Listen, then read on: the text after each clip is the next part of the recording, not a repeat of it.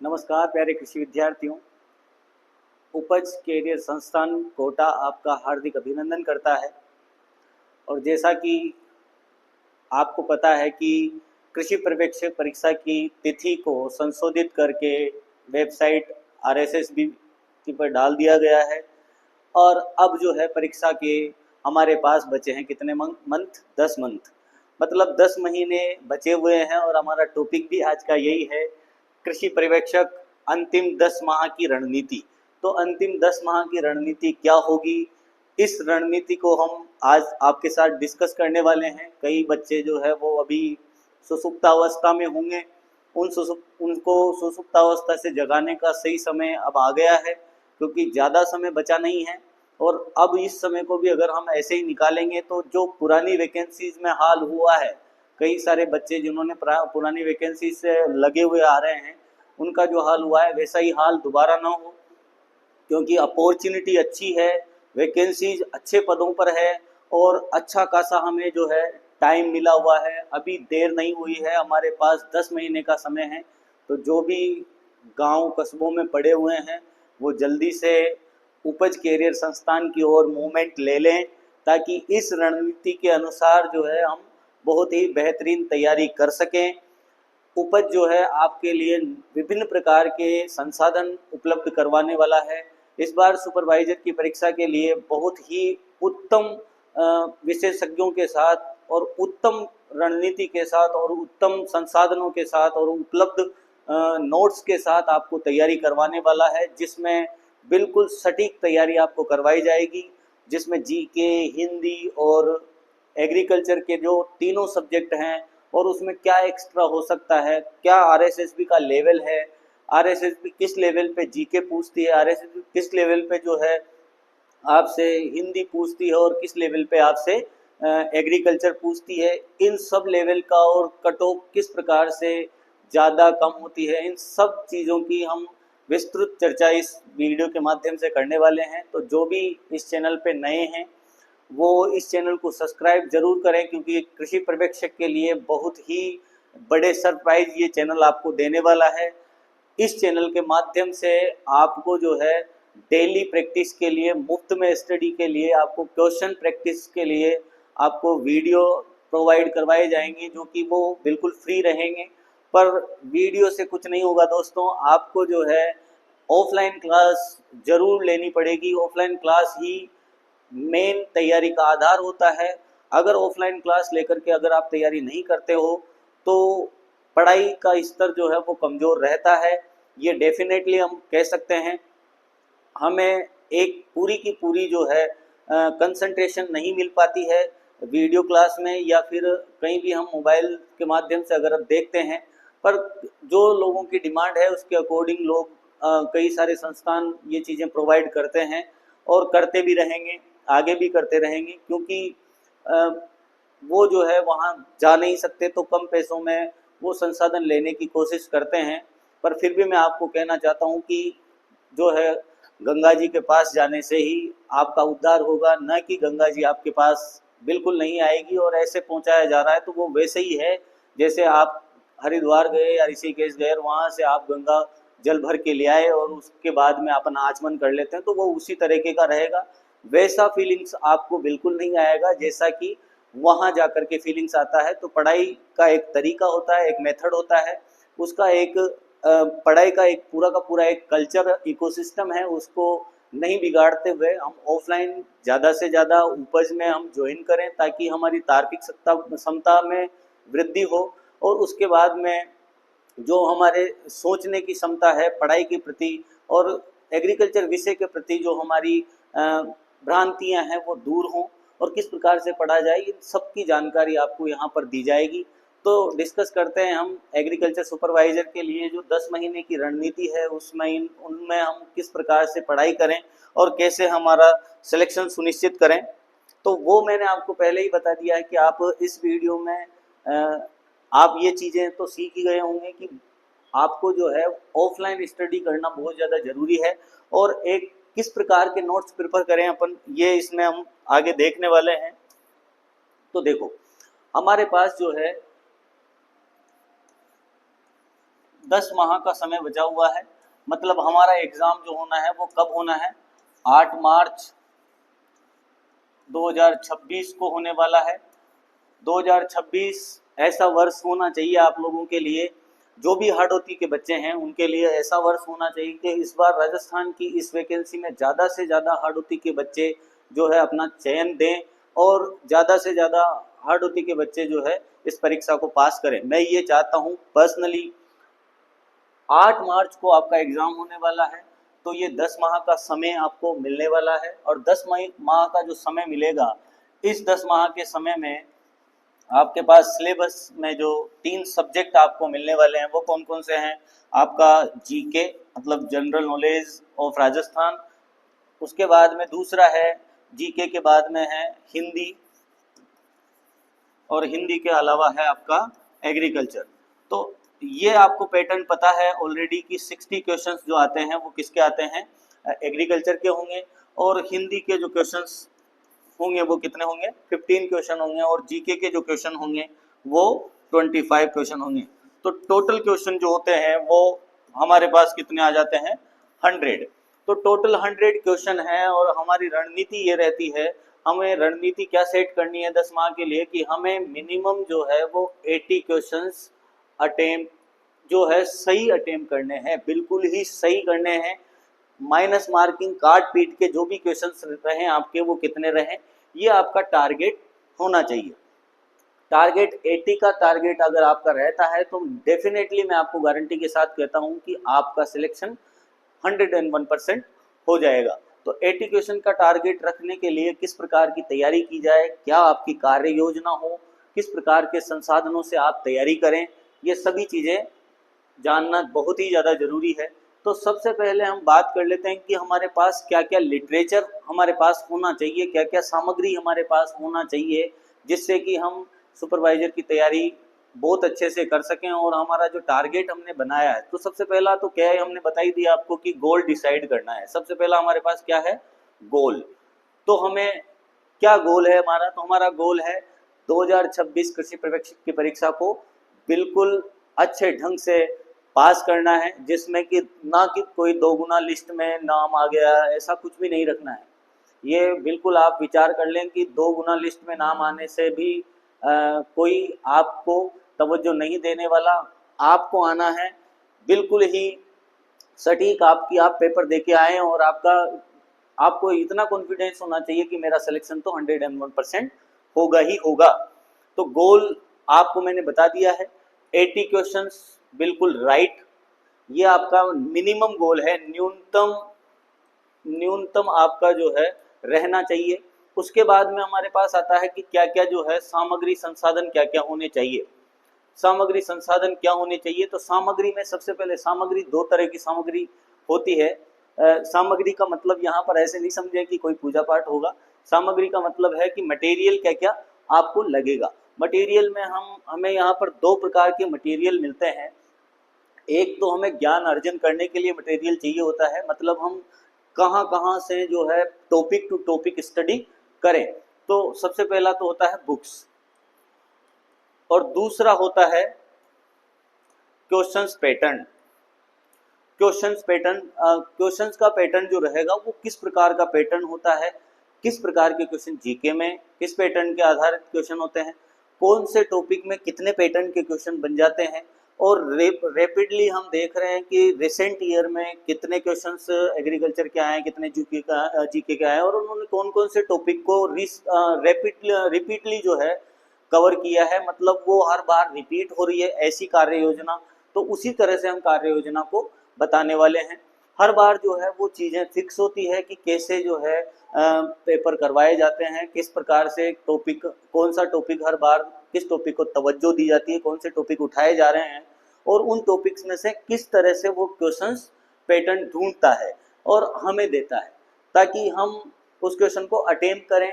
कई सारे बच्चे ऐसे होते हैं जो अटेम्प्ट कर देते हैं, कई सारे बच्चे ऐसे होते हैं जो कन्फ्यूजन में रहते हैं, कई सारे बच्चे ऐसे होते हैं जिनको समझ में ही नहीं आता क्वेश्चन, और कई सारे बच्चे ऐसे भी होते हैं जिनको आते हुए वो उस चीज़ से दूर चले जाते हैं, मतलब उस क्वेश्चन को वो आते हुए भी गलत कर देते हैं। तो ऐसे बैरियर क्रिएट करता है आरएसएस भी किस तरह से वो बैरियर को तोड़ा जाए, किस तरह से उन बैरियर को पार किया जाए, इन सब की जानकारी हम यहाँ से लेने वाले हैं। तो पहली चीज़ ये है कि अगर आपने इस चैनल को सब्सक्राइब नहीं किया है तो पहले आप इस चैनल को सब्सक्राइब कर दें, ताकि हम आगे भी आपको इस तरह की जानकारियाँ अच्छे से उपलब्ध करवाते रहें। तो बुक्स क्या होगी और उसके बाद में क्वेश्चन पैटर्न क्या होंगे और हमारे पास जो है क्या मटेरियल उन पैटर्न्स को सीखने के लिए होना चाहिए, ये चीज़ है। अगली चीज़ है कि हम जो है 10 महीनों में से कितना कितना टाइम कौन कौन से सब्जेक्ट को हम सबसे ज़्यादा दें। तो बेसिक सी बात है, सबसे बड़ा जो हमारे पास है यहाँ पर 60 क्वेश्चन एग्रीकल्चर से आने वाले हैं। तो मिनिमम जो है आप डेली एक टॉपिक इनसे कवर करेंगे। अब इसमें जो सब्जेक्ट आने वाले हैं आपके, एग्रोनॉमी आने वाली है, दूसरा आपके आने वाला है पशुपालन, और तीसरा आपके आने वाला है उद्यान। तो देखो ये टॉपिक अगर हमें कवर करने हैं तो इन तीनों बुक्स के लिए तीनों जो आपके सिलेबस हैं उनके लिए कौन कौन सी बुक्स हम प्रेफर करेंगे। तो बुक्स की मैं बता देता हूँ आपको, कहीं भी कोई सी भी अन्यत्र बुक पढ़ने की ज़रूरत नहीं है। ये आपको मैं बिल्कुल ही अच्छी तरीके से कह रहा हूँ, ये मेरा जो है पर्सनली अनुभव है।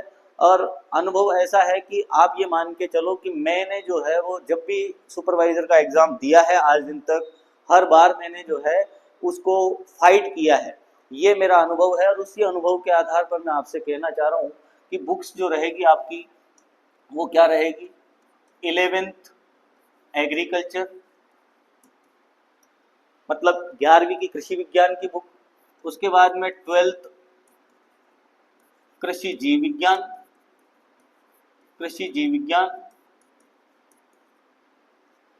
12th कृषि रसायन और 12th कृषि विज्ञान। ये जो सब्जेक्ट, ये बुक्स जो रहेगी वो आपको पढ़नी है। ये बुक्स आपको पढ़नी है। कैसे कैसे, ये जो रहेगी इनका सैद्धांतिक भाग भी हमें पढ़ना है और दूसरा प्लस प्रायोगिक भाग भी हमें पढ़ना है। अगर मान लो आप इन बुक्स को कवर कर लेते हो तो उसके बाद में, इन बुक्स को कवर करने के बाद में, उसके बाद में हिंदी में आप जो है एनसीईआरटी की जो व्याकरण बुक आती है उस बुक को कंप्लीट पढ़ें, बिल्कुल बारीकी से पढ़ें। बहुत ही ऐसी उसमें जो है ऐसी अंदरूनी चीज़ें उसमें मिलेगी आपको कि आपको कहीं किसी चीज़ से पढ़ने की ज़रूरत ही नहीं पड़ेगी। जीके के लिए जो है वो आप यहाँ भी एनसीईआरटी 6 to 12 जो कॉमन सब्जेक्ट है, जहाँ पर हमें ज्योग्राफी देखने को मिल रही है, उसके बाद में ज्योग्राफी के अलावा कल्चर देखने को मिल रहा है और हिस्ट्री देखने को मिल रही है।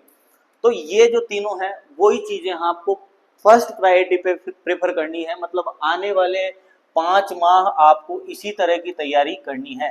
5 माह आपको, जो मैं बता रहा हूँ आपको सैद्धांतिक प्रायोगिक करने के बाद में, मैं डेफिनेटली आपसे कह रहा हूँ कि आपका जो है वो 80 क्वेश्चन का सपना यहाँ से साकार हो सकता है। सैद्धांतिक के बाद में प्रायोगिक भी आपको पढ़ना बहुत ज़्यादा जरूरी है, क्योंकि प्रायोगिक में भी बहुत सारे ऐसे क्वेश्चंस आपको मिलेंगे, बहुत सारे ऐसे सवाल आपको मिलेंगे, गणित के ऐसे सवाल जहाँ पर फर्टिलाइजर कैलकुलेशन, जहाँ पर कीटनाशक कैलकुलेशन, उसके बाद में CLR से कैसे आपेक्षिक घनत्व ज्ञात करें, अम्लता परीक्षण कैसे करें, चारे की मात्रा का निर्धारण कैसे करें, शुष्क पदार्थ का निर्धारण कैसे करें, वजन को कैसे ज्ञात करें पशुओं में, ये सब चीज़ों की जानकारी आपको वहाँ पर मिलती है और बहुत ही अच्छे तरीके से जानकारी मिलती है। कई सारे यंत्रों की जानकारी, मौसम वेधशाला की जानकारी यहाँ पर देखने को मिलती है। तो इस तरीके से अगर आप तैयारी करते हो तो मैं डेफिनेटली कह रहा हूँ आपको ना तो किसी बुक पर पैसा खर्च करना पड़ेगा, कम से कम संसाधन में अधिक से अधिक नंबर लाने वाला ही एक सच्चा विद्यार्थी होता है। ऐसा विद्यार्थी नहीं होता जो कमरे पे कई सारे, जो माहौल पूरा बनाए और फिर भी पढ़ नहीं पाए। माहौल भाई पत्तल में उतना ही खाना लो जितना अपन कवर कर सकते हैं, जितना अपन खा सकते हैं। ज़्यादा खाना जो है वो उजीर्ण का कारण बनता है। ये चीज़ आप बिल्कुल ध्यान रखें, भ्रमित बिल्कुल ना हो। भ्रमित होने का कोई ऐसा बड़ी वैकेंसी है नहीं, बहुत ही साधारण वैकेंसी है और एक सामान्य तैयारी से बिल्कुल खुले दिमाग से और साफ दिमाग से जो है आप तैयारी करेंगे तो आराम से सिलेक्शन हो जाएगा। आप जो है ज़्यादा से ज़्यादा समय ये इन पे खर्च ना करें, जैसे कि आप जो है 5-5 घंटे मोबाइल को लेके बैठे हुए हैं और इनमें आप समय खराब कर रहे हैं। ये बिल्कुल मैं आपको बता देता हूँ कि बिल्कुल ही साफ सुथरी जानकारी मैं आपको दे रहा हूँ कृषि पर्यवेक्षक के परिप्रेक्ष्य में, और यही एक जो है अच्छी जानकारी है। अगर आपको ये जानकारी अच्छी लगती है तो आप हमें कॉम्प्लीमेंट ज़रूर दे सकते हैं। कॉम्प्लीमेंट देने की कोई उसमें कोई हर्ज नहीं है, बस आपको लाइक का बटन ही दबाना है। तो ये मैं आपको बता रहा था कि ये चीज़ें जो है आपको सैद्धांतिक प्रायोगिक इन चारों बुक्स का पढ़ना है, उसके बाद में ये बुक्स पढ़नी है और उसके बाद में यहाँ पर एनसीईआरटी को कवर करना है। एनसीईआरटी कवर करने का मतलब ये है कि एनसीईआरटी के बड़े बड़े जो विद्वानों ने उन बुक्स को लिखा है तो ऐसे ही थोड़ी ना लिखा होगा, है ना। आपके जो ये मार्केट में बुक्स आती है जिसमें कि संपूर्ण कृषि पर्यवेक्षक सामग्री, तो वो बुक्स क्या है, इधर उधर से चुराए हुए चोरों की बुक्स होती है और चोरों की सामग्री का कभी भी जो है इतना ज़्यादा मोल नहीं होता है। तो आप जो है राजस्थान की जो बुक्स हैं उनको सबसे ज़्यादा प्रेफर करें, क्योंकि उन बुक्स को हम जो है क्लेम करने के लिए भी इस्तेमाल कर सकते हैं। अगर आरएसएस भी जो है वो गलत गलत अगर मान लो क्वेश्चन दे देती है तो हम इन बुक्स के आधार पर वहाँ क्लेम भी कर सकते हैं और उन क्वेश्चन पर त्रुटि भी लगा सकते हैं। तो ये मैंने आपको बताया कि ये तैयारी आप स्टार्ट कर दो।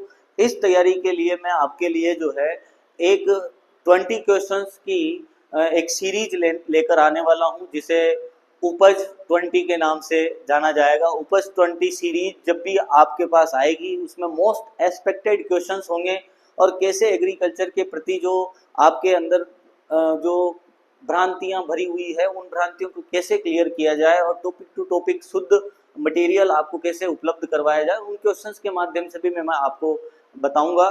तो ये आप चीज़ें घर बैठे ही आप ले सकते हो। तो कृषि पर्यवेक्षक के तैयारी करने वाले सभी विद्यार्थियों से निवेदन है कि वो ज़्यादा से ज़्यादा जो है इस वीडियो को शेयर करें हाड़ौती में, और हाड़ौती के बच्चों को इस चीज़ के लिए अवेयर करें कि तैयारी को किस प्रकार से अच्छा किया जा सकता है बिना बहुत कम पैसे खर्च करके। और उपज आपको जो है बहुत ही कम पैसों में ऑफलाइन तैयारी के लिए बैच अवेलेबल करवाने वाला है। मई में जो है आपके बैच स्टार्ट होने वाले हैं।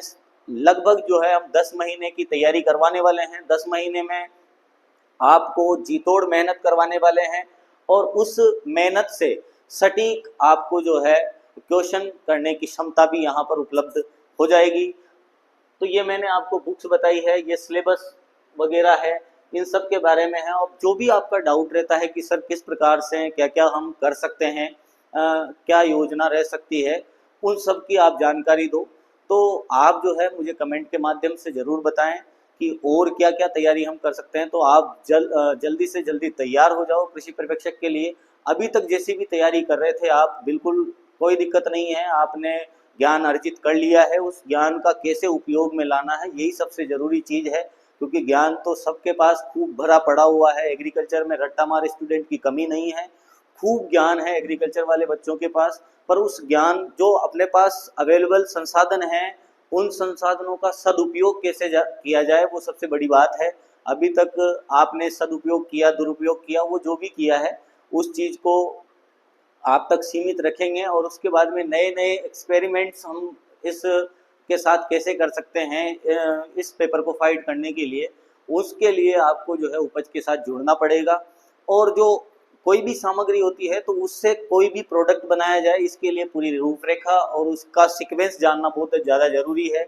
आपके पास नॉलेज है, कोई दिक्कत नहीं है, पर उस नॉलेज का क्वेश्चंस के पर कैसे अप्लाई किया जाए ये चीज़ें ज़रूरी चीज़ें होती है। नहीं तो कई बार जो है हम 5-5 बार भी सिलेबस को कवर कर लेते हैं।